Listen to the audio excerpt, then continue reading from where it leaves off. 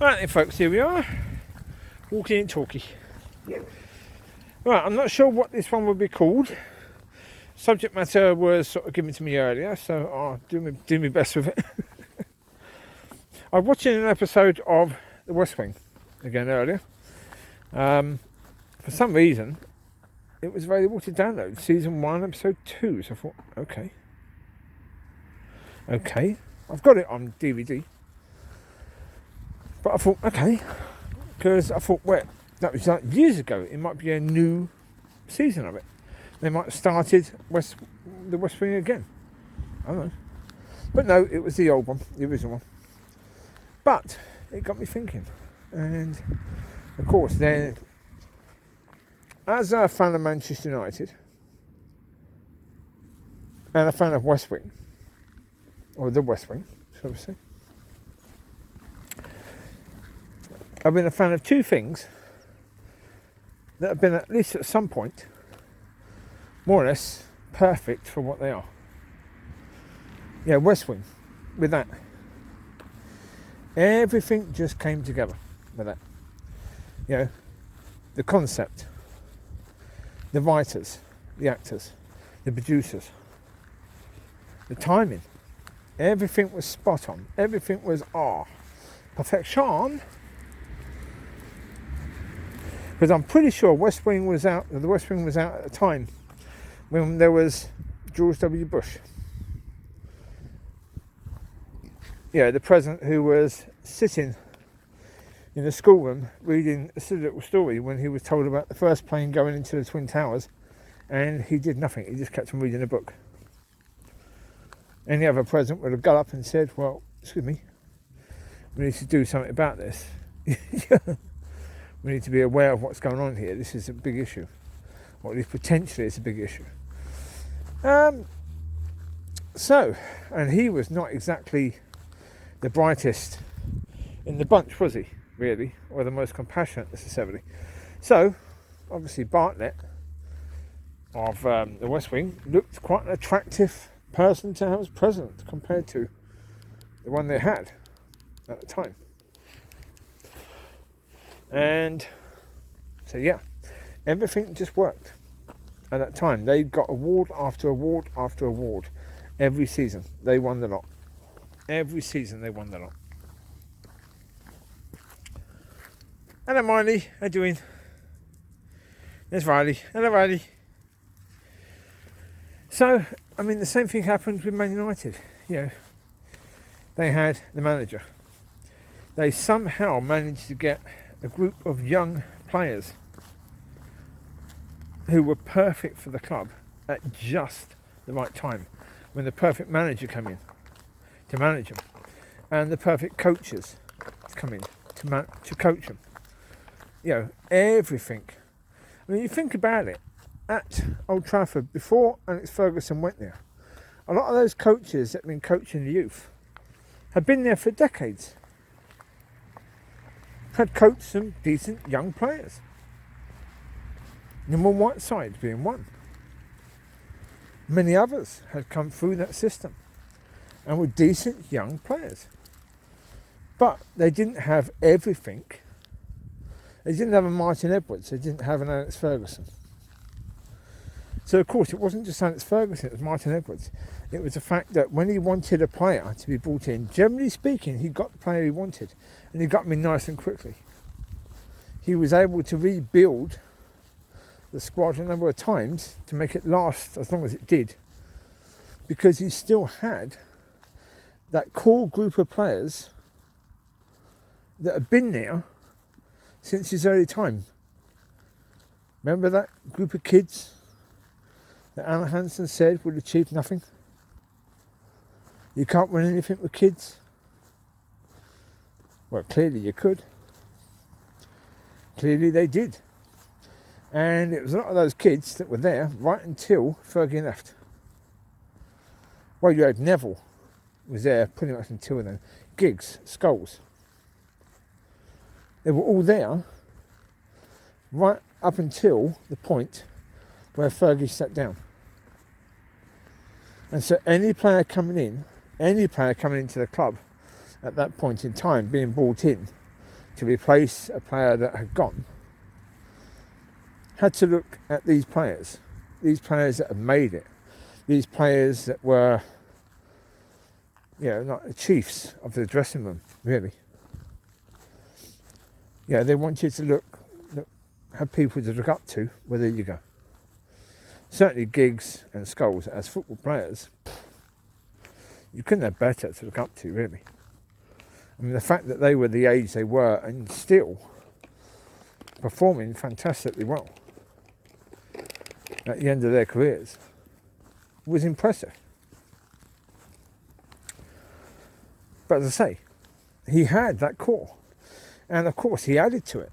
And when he added to it, most of the time it worked. Most of the time they had a very, very, very good defence. Defensive partnerships. Bruce and Pallister. Then they had, after Bruce and Pallister, it was Stam. God knows, I can't remember who was alongside Stam. But Stam was the main man there. Of course, then you had Vidic and Ferdinand. Now, Vidic to me, he was the man. I mean, a lot of people talk about Stam as being the man. No, Vidic was one. Leave it at that. Leave it loose. Now, leave it. Take that home. Wash it. Take it home, wash it. Put it in the washing machine. It can be used. So, and the midfield, players that were brought in. Carrick was brought in. Now, when Carrick was brought in, I first looked at him and think, what on earth have they brought him in for? Because Carrick, to me, was like Tominay is now. Okay, he's not a Scholes, he's not a Keane. What is he? What's he supposed to be? Because he's not going to replace either of those, is he, really? He certainly can't replace Keane. He's got nowhere near the footballing ability or mentality that Keane had. And he certainly can't replace Scholes. But he was sort of in between, wasn't he? Carrick. So it worked. As Carrick got older, he started playing a bit deeper. Sometimes even playing defence, for goodness sake. I mean, that was crazy. But you could see when Fergie was coming towards the end of his time and the Glazers had taken over and Edwards was going to step down, you knew that's it, really. This time is coming to an end. You could see it was going to come to an end. The same as with the West Wing. As soon as it was, Bartlett's last term and his last year of his last term, when they had an election for the new president, it was going to end. Because it had to end at that point in time. Because different cast coming in. It was the cast that made it. And I say they added to the cast. And in most cases, they added incredibly well to the cast. Martin Sheen was Bartlett, and then they had Rob Lowe as one of the main characters. Various other people came in and did brilliantly well, certainly in the roles that they were there for. Played them fantastically well. They seemed to just get the right people. And the main man playing Bartlett's number 2, who is now passed, he died. What a perfect character. What a perfect character to play the number 2. Absolutely fantastic. If you haven't watched West Wing, have a look. Go and find some episodes on YouTube. You can probably find some episodes on YouTube that you can watch. So go on YouTube, watch some episodes of the West Wing. Absolutely fantastic. Really, really good. Well, the bloke who was playing Bartlett's number 2, he had originally been in a lot of these other programmes, like the police ones and that sort of stuff, the ones with detectives and FBI ones. He'd been in that sort of stuff. But as I say, it was just a case where, the same as United, you just had everything sort of coming together at one go. Well, so why is this the subject? Hopefully, from a Christian point of view, hopefully we're coming into a period now where everything is going to come into place, where we're going to have the right people come into place at the right time. We're going to have all the right people so that the church is going to function far better. It's going to be basically perfection, or as good as it could possibly be. I say, I mean, Man United won everything pretty much. I mean, they could have won more Champions Leagues than they won, but they won 2 Champions Leagues. Not bad, really. But they dominated in the league, completely dominated in the league. And the West Wing dominated all the awards. Every year they couldn't have won more than what they won. They did fantastically well. And so as a church, we could do that. We could have that, but from a Christian point of view. Yeah, I mean, as I say, from a Christian point of view, what we are hoping for is that we will have everything connect in the way that it needs to connect. We'll have the worship leaders that we need. We'll have the prayer warriors that we need. We'll have the ministers that we need. The ministers who let God speak through them. We'll have the people ministering to others that we need to set people free, to heal the sick, the blind, the deaf, the dumb, the lame, to do all of that. We'll have all of that. Because God knows we need it. I mean, put it this way, if we are anywhere near the last days, certainly if we are in the last days, fairly deep in, well then we're in a situation where we need an incredible move of God. Because not just a case where we need the harvest to come in, but we also need people to remember this movement of God as time goes forward, as the Antichrist comes into power, etc., etc., etc. We need people to remember God and what God has done and what God can do. Not just people in the church, but people out of the church. They need to know there is an option available. Because of course, what the Antichrist is going to do, he's going to try and show himself to be incredibly powerful.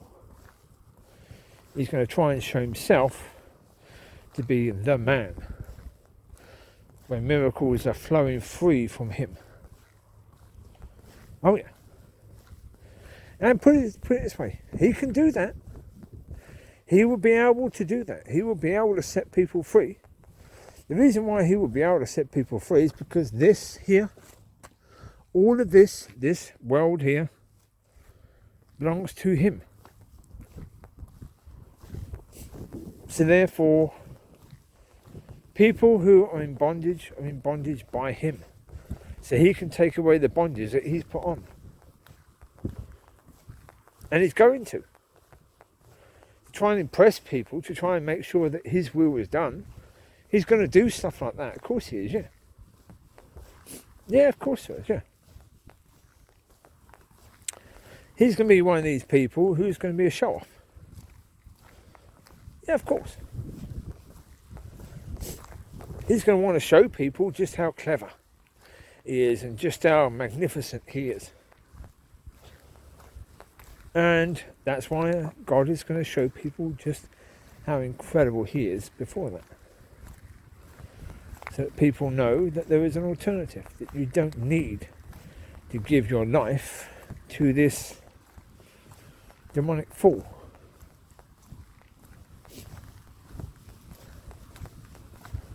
Instead, you give your life to God. Now, you give your life to God, the demonic fool may very well take your life. That's quite within the realm of possibilities. Certainly, biblically, that is quite likely. Yes. There will be people that will die as a result of standing against the Antichrist. Of course. Of course.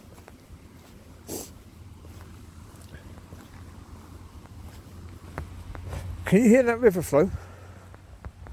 That's flowing pretty well, because we've had quite a lot of rain today, so therefore, and any snow on the mountains would be, really coming down quite well.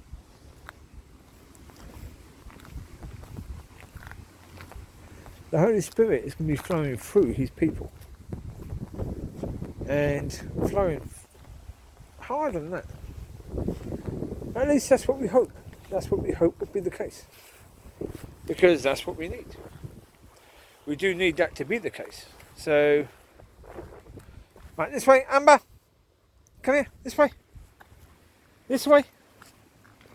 I'm staying away from that area because that area is usually the most noisy with regards to wind. So we're going to avoid that. Plus, it's got the area where there's glass. So we're going to try and stay away from that, really. That's probably a good idea to do that. So, yeah. Come on, this way. When I say doing video around that area is difficult because for some reason, wind is free, or freer there. I suppose here you've got this bit here. You've got the houses there, which sort of get in the way, and the raised area there, so it stops the wind coming from that area. You've got this here that stops the wind coming from there. Over there you've got buildings there, you've got the town there that sort of acts as a buffer for the wind. The wind doesn't come from that direction. But more in the middle here, you've got wind that comes over the houses, down into this area and through here. And comes over those houses over there, down and through here. So, and over this bit, down and through there. So therefore you've got the wind coming from all different areas, just past that skateboard area there. And that's where it is normally the most noisy. So it's like, right, okay.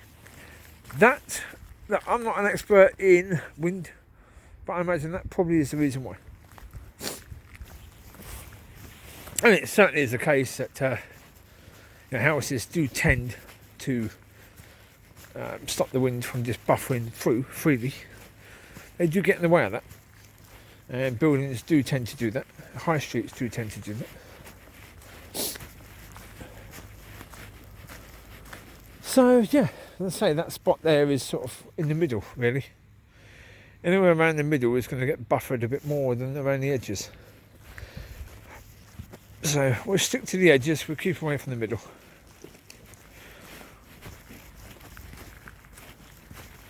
So that's just explaining to you why I've turned around, that's all. But yeah, as I say, what's going to happen, we don't know. We really don't know. But with anything, we've got hopes, and we hope that what we hope is going to happen. Do we have anything concrete on that? Not right now, no. Not as yet. But there will be. There will be signs. And as those signs start coming through. But one thing that was interesting, I sent a message to my stepbrother earlier, asking about Kenny, how he is, because obviously he was in hospital, he got COVID, he's already got dementia, and he was struggling, chest issues, breathing problems. So they put him into end-of-life care, into a home. Now I think I know the home. I think it was the one where his mum was in, I know. Probably the same home that he's now in, because that's one around the area that did cater for that. Of course, whether they're still going or whether they've been replaced, I don't know. But it's in the same town, so quite likely the same place. Anyway, it was expected that he would really be dead by now, because it was last Wednesday that happened. He was moved into this end-of-life care. So 6 days. So I asked yesterday, what's happening? How are things? And Stuart came back and said, well, there was improvement on Christmas Day. He improved a bit. So, you know, they're keeping him monitored right now, and yeah, we'll see if there's any more improvement to come. Obvious problem there is that dementia is still there. So even though, you know, his chest and his breathing could get better, still got dementia, so not helpful really. Right, 1 second. Amber, Riley, now come. Head up, Amber, now. Come, Mollie. This way. Riley. Come on. Leave all that alone. It's a dirty muck. Leave it be. Riley, come. Hurry up. This way.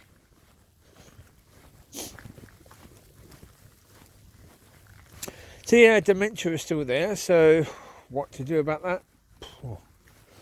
Don't know. At the moment, I have not been told by God to go down there and pray for him. If I am, then I'll do so. Of course, how to do that, I don't know, because quite clearly I would have to take dogs with me.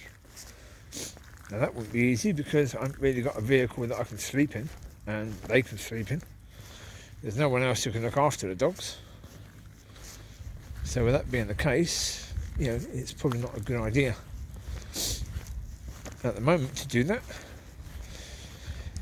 So I don't know what's possible. Certainly it's a case where leaving the dogs with somebody, not a good idea at the moment, because if this had been normal times, yeah, un-COVID times, you know, I could have caught a plane down to London and caught a train from there to where he is, gone to see him, prayed for him, and then come back, no problem at all. Done that within a day, really. 2 days maximum, so maybe someone needs to look after their dogs for a day, but it won't be that long. Yeah, problem is that we're not in normal times, so it would be a case of drive down. Now, I've never driven anywhere near that far, so that would be very interesting. And as I say, no one to look after dogs, not for a considerable amount of time, so that wouldn't be easy in any way, shape or form. No. Well, you got Chew, you got Bot, you got Bot. Chewie got Bot. Oh, Chewie got Bot. Good boy, Chewie. Here you go. Get your bottle, mate.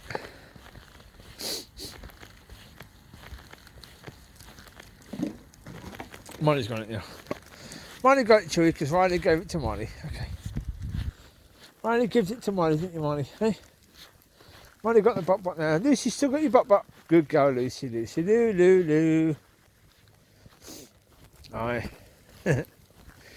So as I say, I mean, if I feel that God is telling me to get down there and pray for the dementia to be dealt with, because of course if that's dealt with, then you know Stuart can have his dad back, and you know Jean can have her husband back, at least for a short while. Yeah, at least have a chance to say goodbye. You know, Kenny could even repent. You know, which would be a good thing for him to do. Yeah, absolutely. As I say, I mean, I've got no resentment against him, not at all.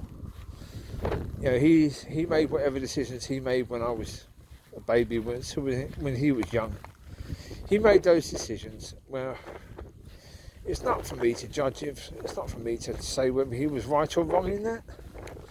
Obviously, from my point of view, growing up, certainly as a 10 or 11-year-old, I would assume that he was right. He was definitely wrong. You know, when I was in these children's homes, you know, being abused in the way that I was being abused at that point in time, then I would have certainly said that he was wrong to do that. But, you know, in the end, we are where we are. And that's the reality. You know, it's no good trying to, you know, push blame onto someone for the things they did years ago. Hello, Bubba Girl. Hello, Mollie Collie. Love.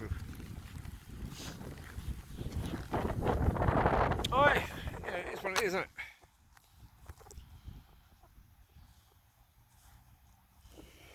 So yeah, I don't know. I mean, yeah, we'll see how God leads. I mean, there may be someone in the area who can pray for him. You wouldn't have to travel all that distance. So yeah, time will tell. We'll let God decide what has to happen. You know, all that. Well, let God decide what he wants to do. As with all things, let God decide what he wants to do. I mean, it's positive at the moment that, you know, if Kenny's getting slightly better, that's good. But I say my outlook on it is he could get better with regards to his breathing, but if his dementia is still the way it is, then he's never really coming back, is he? So obviously that is the thing that needs to improve.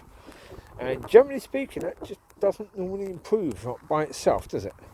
And as far as I know, there's no medication to deal with that yet. So either God deals with it or it doesn't get dealt with. Although, of course, the devil can lift it for some reason, but why he would do that, I don't know. No idea. He might. I mean, yeah. Personally, I don't think that would be a good idea if that happened. For whoever was witness to that. Yeah. Start believing that God has healed Kenny, and then the devil then takes him in the most nasty way, which is the way the devil normally works. So if the devil does heal someone, it's normally he heals them partially, or even heals them totally, but then brings it back far worse, so that you blame God. Because you give God the glory for the healing, but then when it comes back, who are you going to blame? God. That's the reality. You give God the glory, but then when it all doesn't work, when it all starts going all pear-shaped, you have to blame God. Because who else is to blame? That's the reality, isn't it, really?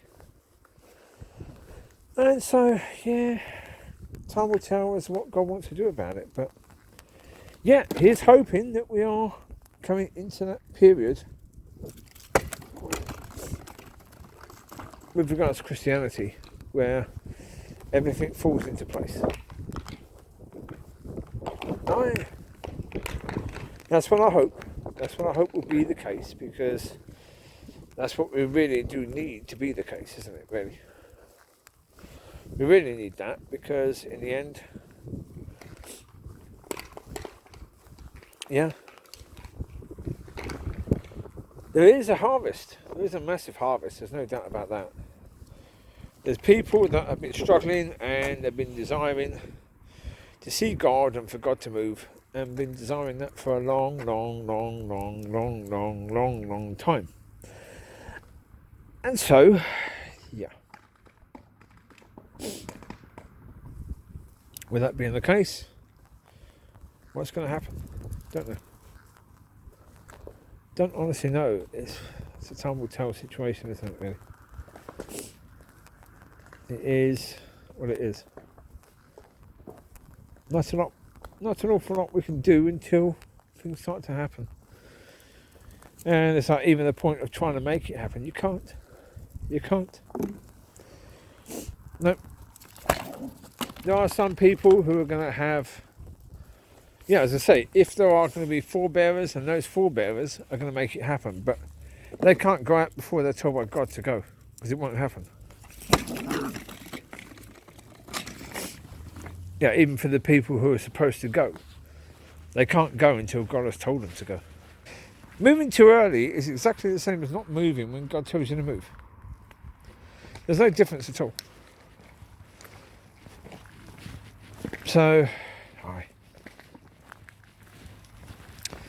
in the end, what will happen will happen. Time will tell.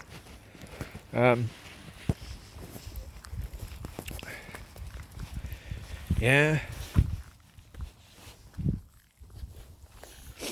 It is what it is. It is what it is.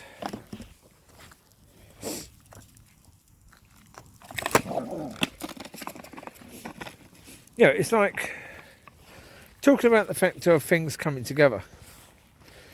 You could have a man and a woman who are doing okay. They're doing okay, single. While being single, they're doing okay. Both of them doing okay. But they come together as one. They get married, they join as one. Suddenly, everything is spotty on. Because they're made for each other. They fit together perfectly. And that one is absolutely powerful. Single, they can get up to like 20%. Combined, they're at 40%. Single. But when they join together, they're at 100. I mean, it's like, wow. These things can happen. And when they do, it's beautiful to see. Beautiful to see.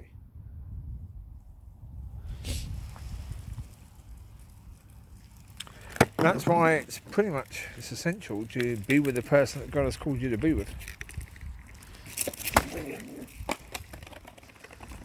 Because then you're more likely to be with the person that's going to make you be able to, work at maximum efficiency.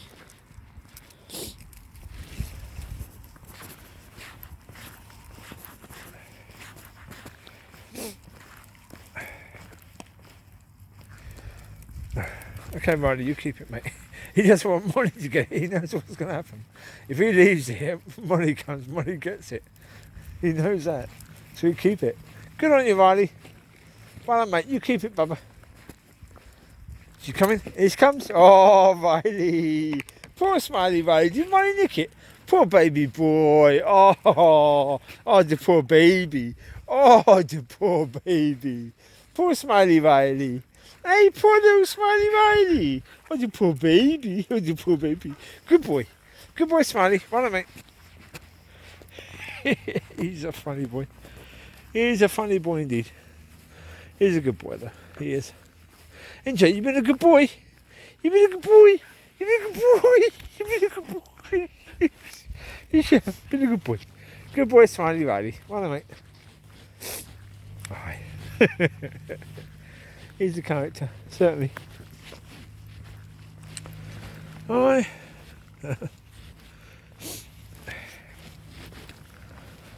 That's it. I mean, generally speaking, yeah.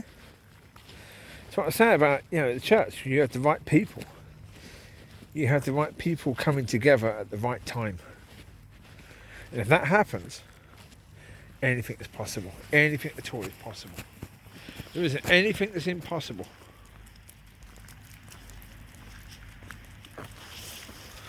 And as I say, if we are in the last days, we can expect to see the greatest movement of God that there has ever been. Yeah, with regards to revival, sort of thing. We can expect to have the greatest movement of God that has ever been. Because this is the last one. Basically. Yeah, before the absolute last.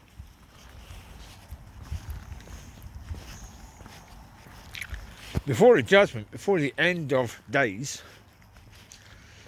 this will be the last revival that there can be. So we can expect it to be absolutely phenomenal.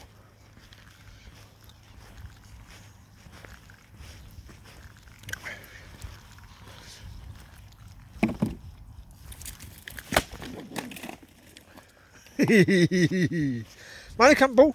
Bring the bot. I said ball, it's a bot.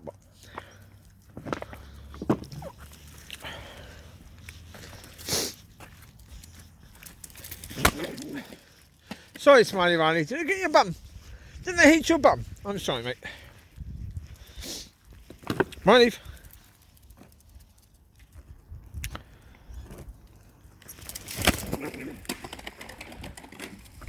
Oh, Chewie missed it. Did you miss it, Chew?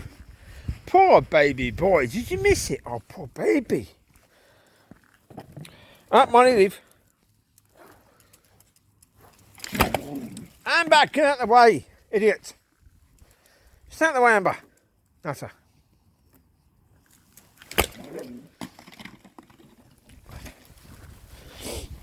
She's a donut, she is. Well, it's got drink in it, so therefore it hurts her if that hits her.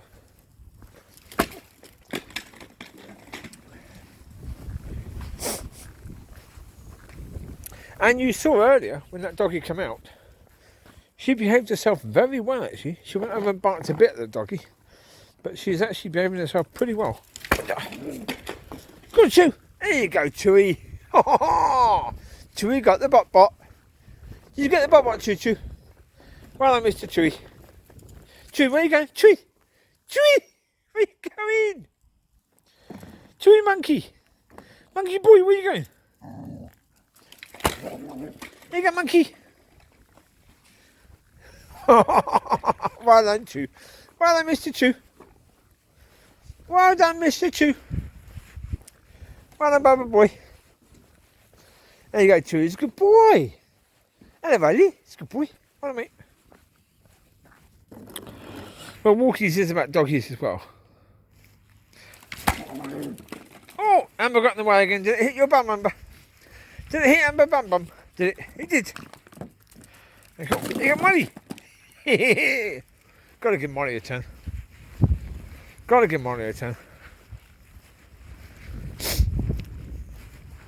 Well, put it this way. I mean, what I say about the church is, look around you. Next time you go out, look around you. Look around when you're walking around town. Look around when you're out with your family. Yeah. When you see your family, that might be after lockdown or after the tier system has calmed down a bit. But whatever that is, look at them. Is it important that these people are saved? When you walk around town, is it important that these people are saved? If yes, then it matters. That's the point. They are the point. That's the reason why we have to make the effort. That's the reason why, we need to grow and develop and be changed and be moulded into the vessels that God needs us to be so He can use us. Yeah, so He can use us in ways that can be a blessing to people. Yeah, that can bring glory to Him. Because the more glory we bring to God, the more people like your family, or the people that you work with, or the people that you walk past when you go shopping and stuff like that, more chance that those people will see God and will recognise God for who He is and recognise that they need God in their life.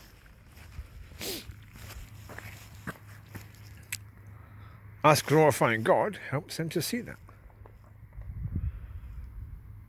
Which is why the world doesn't really see that it needs God, is because we've not really been glorifying God, have we?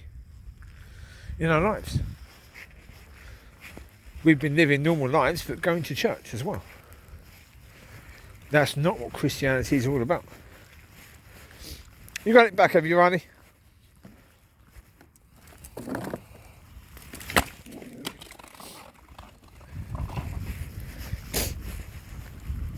We'll turn back around in a minute and go back to the car, and then we will go. Oh, the lid come off. Okay, leave it now. Give it to Mollie. Lid come off.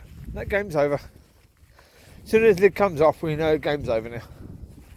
That's where it's spilt, I think. Okay. Well, there you go. That's good. They had a little one. They had a play, didn't they? So there you go. That's what matters. They had a play. Well, yeah. Look around your towns, wherever you are. Those people that you walk past, those people that you work with, those people that you love as family, they're the reason why it matters. Take them out of the equation, doesn't matter, does it? If there's no one here, see, they are the harvest. That's what they are. They are the harvest. The harvest will consist of your friends, your family, your work colleagues. Will you shut up? Trying to talk, you nutter. Scraping it along the floor. Dozy dog, ain't you? Yeah, so it'd be your friends, family, work colleagues, and your neighbours, and your neighbours' neighbours, and your neighbourhood. All of the above will be the reason why. That's the reason why we make the tough decisions, the reason why we deal with the things in our lives. So that people can see the change in us. So that people can see that it's God that does it all. It's all about Him, not about us.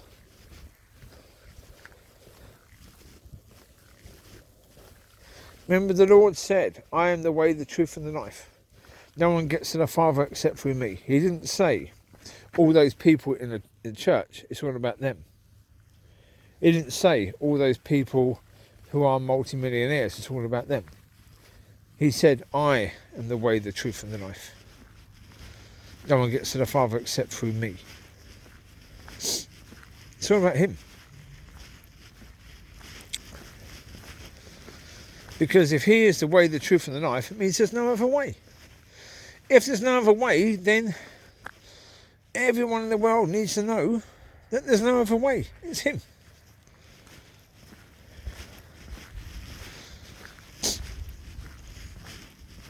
And if you want to go to heaven, you've got to get to the Father. No one gets to the Father except through Him. He said that. But that's why, as I say, we who are Christians, which is followers of Christ, His will, His ways,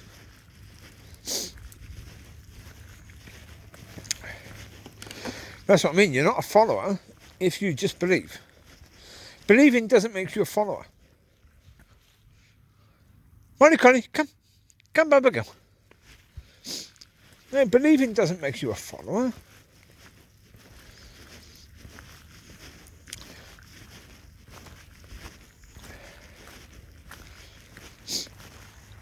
It's not a case that liking makes you a follower, because like with Facebook, when you like somebody,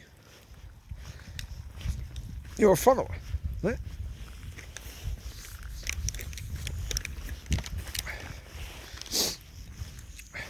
Not a friend request, but it makes you a follower. Yeah. Yeah, but that's the thing. That's not what following the Lord means.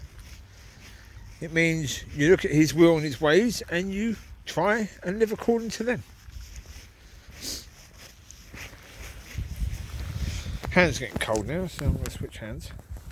Doesn't seem to work. Again, the reason why is because, as I say, that's exactly where the camera is there. So right where the right hand is, if the right hand goes down a bit, see? It gets in the way of the camera. Now, there is a phone company that has put the camera in the middle of the back of the phone. Now, that's good. I like that. That's a good idea. I think the rest should do that. It does make using your phone for videoing much more sensible. So they also need to make sure that whether I'm holding it this way or let me show you this way or this way, it's going to be showing as landscape but the right way up. But quite often if you're holding it this way and trying to do a video this way, it mucks up. It shows it as upside down, which is not clever. It's rather stupid. How can this show you as upside down? Who wants the video upside down? Really, every time you do this, it should show us the right way up. But it doesn't. But you try it and then you realise you're going to go that way. Which is exactly where the camera is. If you're holding it with your right hand. Not helpful at all, really. No. But there you go. Oh, indeed. It is what it is, isn't it, really? Right. Alright, it is what it is. You just have to get on with it and do what you're going to do. Yeah, indeed.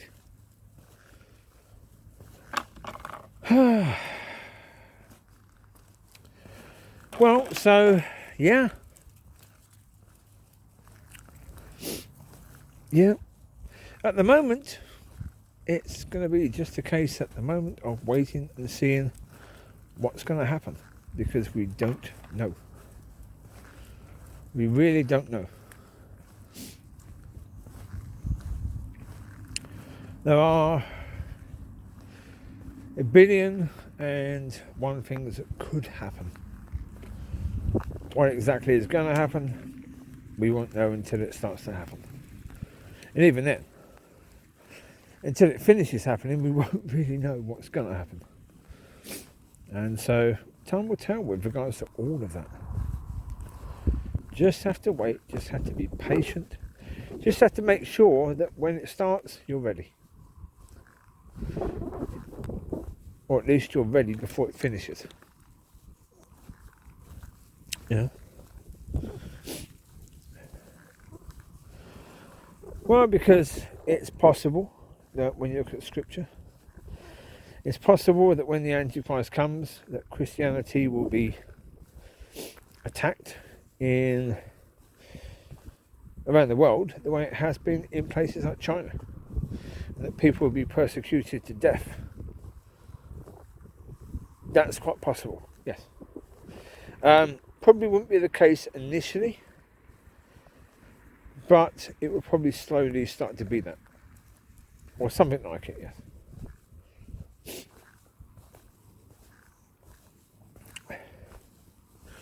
Oh yeah, but as I say,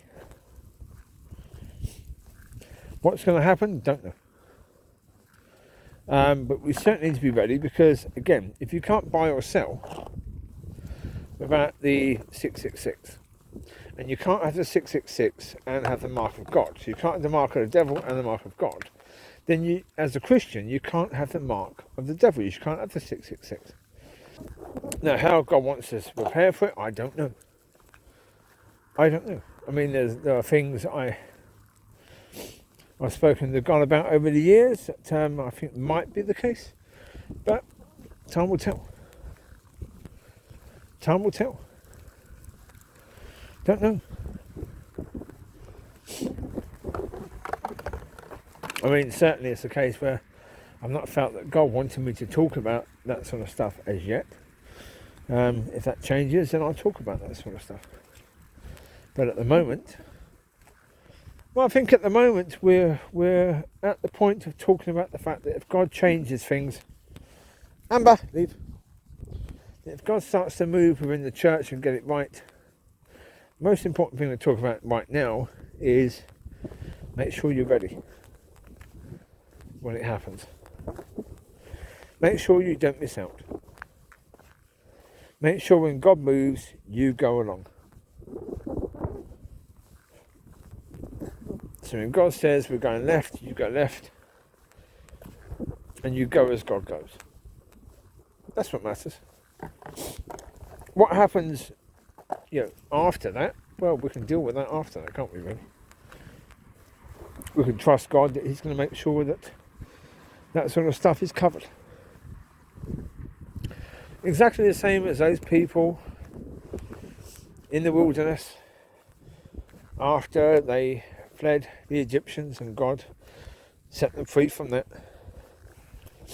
God provided for them, so there you go. It's up to Him to provide for us in whatever way He chooses. So there you go. You take care, God bless, and I will speak to you soon. Bye bye.